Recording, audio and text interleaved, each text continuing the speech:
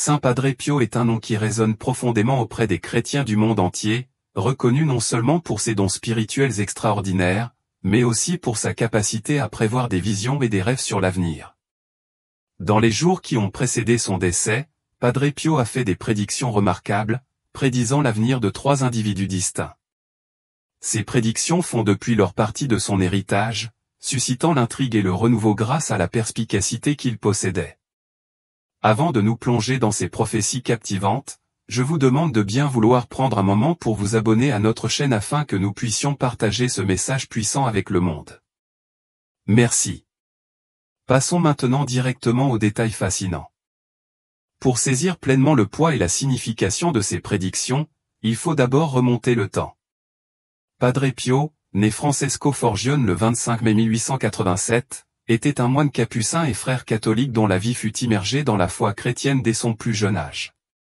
Sa profonde dévotion envers Dieu et ses enseignements le distinguent, le marquant comme un homme destiné à des expériences spirituelles extraordinaires. Le voyage spirituel de Francesco a commencé dans la maison de ses parents, qui lui ont inculqué un profond sentiment de foi. Ils ont veillé à ce que lui et ses frères et sœurs participent à la messe chaque jour, soulignant l'importance de la prière et de la dévotion. Dès son plus jeune âge, Francesco a été attiré par le rosaire, le portant souvent avec lui partout où il allait, une pratique qui restera au cœur de sa vie. Il croyait fermement que le rosaire était une prière que tout chrétien devait prier quotidiennement, convaincu que c'était un outil puissant pour nourrir l'âme et approfondir la connexion avec Dieu. La mère de Francesco a joué un rôle particulièrement déterminant dans l'élaboration de son chemin spirituel. Elle l'a élevé avec un profond sentiment de ferveur religieuse et c'est son influence qui a inspiré Francesco à consacrer sa vie à Dieu. À seulement 5 ans, Francesco a pris la décision solennelle de consacrer toute son existence à servir Dieu et à faire progresser son royaume sur terre. À l'âge de 15 ans, il entre dans l'ordre des Capucins, prononce ses vœux et entreprend son chemin vers le sacerdoce. Après son ordination, Padre Pio a été envoyé dans la ville de San Giovanni Rotondo, où il passera le reste de sa vie au service des fidèles. C'est ici qu'il reçut le nom de Padre Pio, un titre qui reflétait son engagement inébranlable envers Dieu et sa profonde piété. Sa présence à San Giovanni Rotondo deviendra bientôt légendaire, attirant des personnes de tous horizons qui recherchaient ses conseils, ses prières et les guérisons miraculeuses qui se produisaient en sa présence. La vie de Padre Pio a été marquée par de nombreuses expériences surnaturelles, mais aucune n'est plus impressionnante que les stigmates ou les blessures visibles du Christ qui apparaissent sur son corps comme signe de sa foi inébranlable. Ces saintes blessures étaient un puissant témoignage de la profondeur de sa dévotion et sont devenues un symbole de son voyage spirituel unique. Après son décès, Padre Pio a été canonisé comme saint, reconnu par l'Église pour les nombreux miracles réalisés grâce à son intercession. Aujourd'hui encore, les gens continuent de le prier, cherchant ses conseils et sa guérison.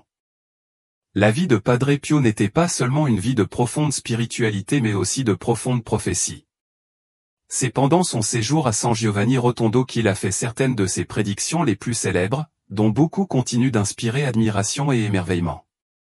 Ces prophéties, en particulier celles concernant l'avenir, sont encore évoquées aujourd'hui, avec de nombreuses croyances selon lesquelles elles sont destinées à se réaliser en temps voulu. L'une des histoires les plus remarquables concerne une prédiction faite par Padre Pio sur la durée de la vie d'une personne. L'histoire se déroule lors d'un congrès de jeunesse pour les jeunes franciscains organisé à San Giovanni Rotondo. Ces rencontres étaient très attendues par les jeunes croyants, leur offrant l'occasion de se connecter avec d'autres personnes partageant leurs croyances et d'engager des discussions sur leurs valeurs et leur cheminement spirituel. C'est au cours d'une de ces rencontres que les capacités prophétiques de Padre Pio seront mises à l'épreuve d'une manière vraiment extraordinaire. Un groupe de dames s'était réuni au Rotondo pour le congrès et a rencontré une dame. Cette dame avait fait tout le chemin depuis la ville de Trieste pour ce rassemblement. Elle a immédiatement manifesté son intérêt à rencontrer et à en apprendre davantage sur Padre Pio. Elle leur a raconté comment elle avait entendu de nombreuses histoires sur les incroyables pouvoirs de Padre Pio et comment il répandait la joie à tous ceux qui l'entouraient. On lui a alors demandé d'aller rencontrer les organisateurs de ce rassemblement de jeunes. Elle a avoué à ces personnes, le cœur assez lourd, qu'elle n'avoue presque jamais parce qu'elle est très consciente de le faire si elle sait que d'autres personnes autour d'elle peuvent entendre ce qu'elle avoue. Les aveux sont quelque chose qui devrait être véritablement de nature privée en raison de la sécurité promise. Tout ce qu'une personne confesse ne doit être qu'entre elle, son prêtre et Dieu.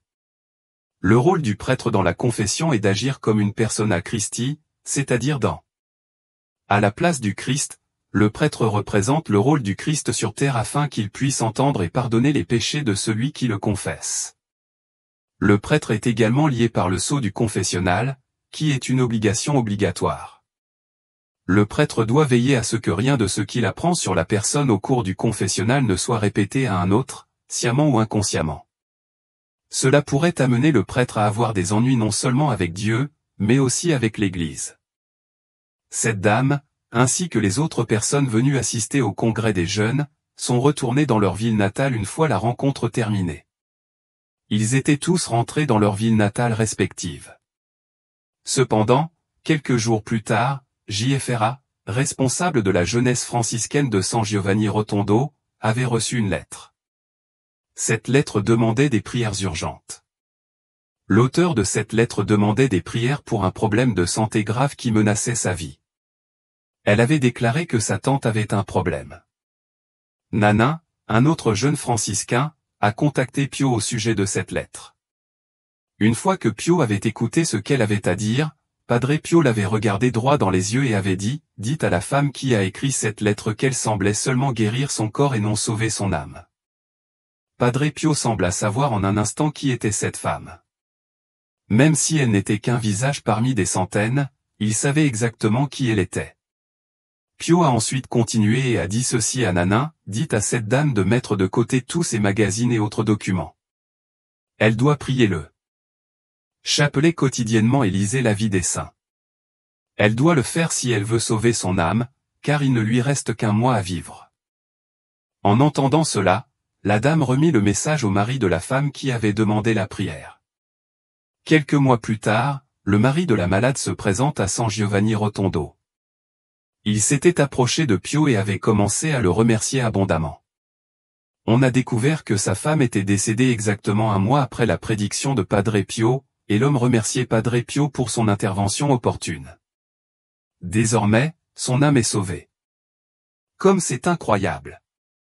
Padre Pio savait exactement quand elle allait mourir et l'a aidé à sauver son âme avant de mourir. Vraiment incroyable. Mais faisons une pause un instant car les choses sont sur le point de devenir vraiment choquantes.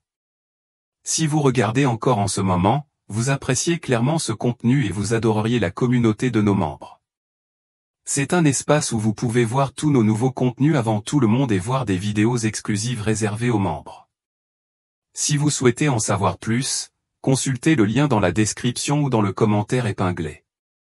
Maintenant, revenons Y. L'histoire suivante que nous allons voir concerne une femme nommée Teresa en Italie, qui cherchait quelqu'un pour lui dire quel choix elle devait faire.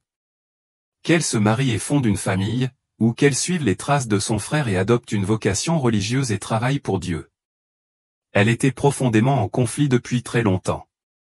Pour cette raison, elle ne savait pas si elle devait fonder une famille ou si Dieu l'appelait à devenir religieuse afin qu'elle puisse aider son frère, qui étudiait pour rejoindre le clergé en tant que prêtre. Se sentant perdue dans la vie, elle s'est approchée de Padre Pio pour lui demander conseil. Padre Pio, en l'entendant, Dilema la regarda et lui dit, « Reste avec ton frère, car il aura besoin d'aide. » Elle s'est sentie en conflit sur le moment et a protesté, déclarant qu'elle n'était même pas sûre que son frère devienne prêtre. Mais Padre Pio insistait pour qu'elle rejoigne le clergé avec son frère.